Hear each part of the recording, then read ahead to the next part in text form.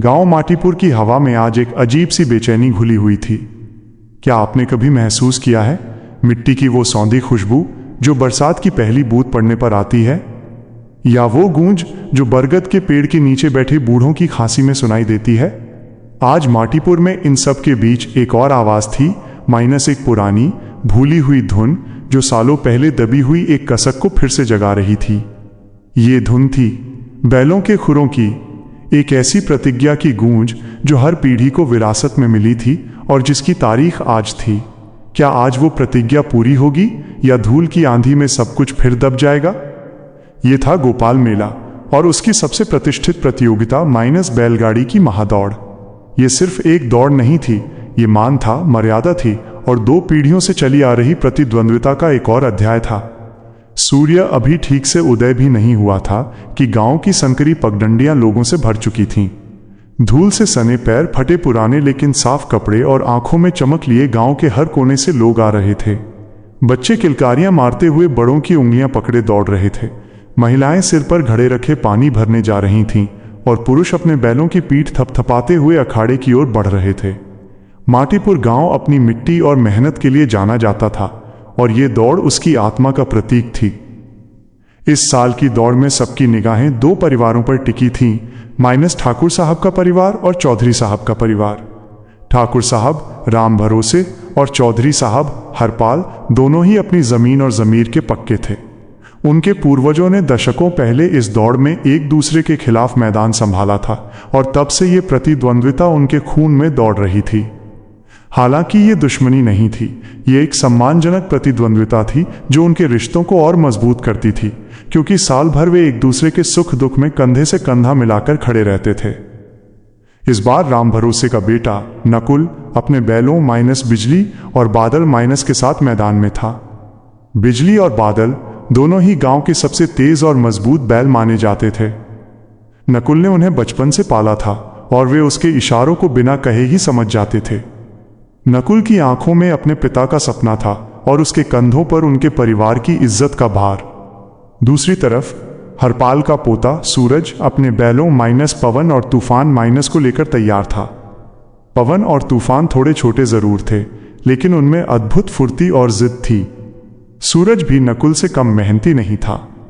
उसने भी अपने बैलों को सुबह शाम खेतों में दौड़ाई, उनकी मालिश की और उन्हें हर तरह से तैयार किया।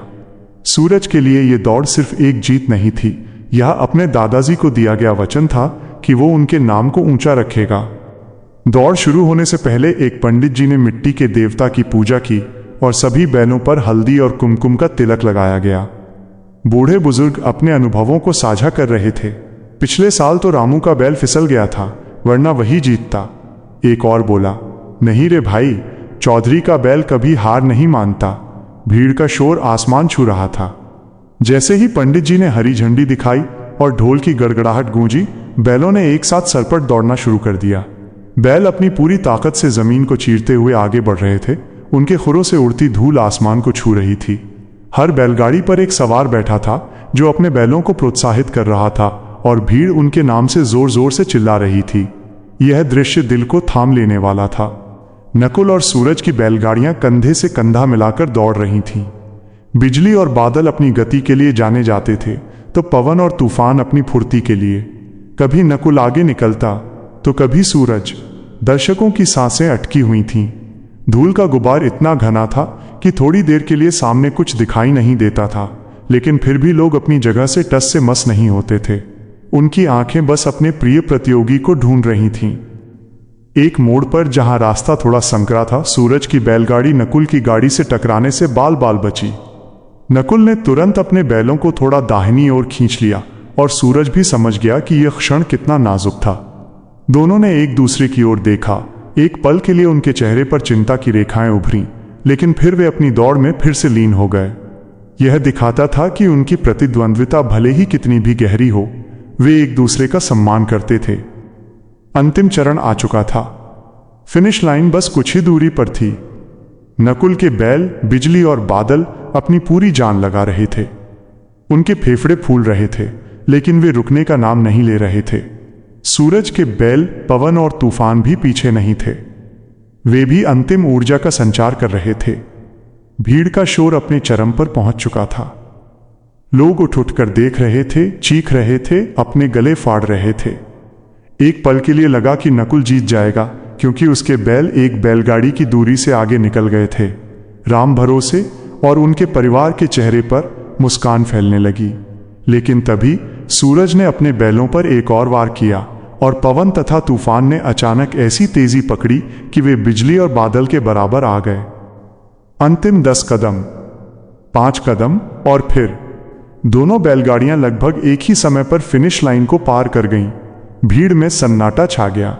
सब एक दूसरे की ओर देखने लगे। कौन जीता? निर्णायक एक बुजुर्ग सरपंच, जिसने अपनी पूरी जिंदगी इस दौड़ को देखते हुए बिताई थी, उसने अपनी आंखों से फैसला सुनाया। उसने हाथ उठाकर घोषणा की, आज की दौड़ में कोई नहीं हारा।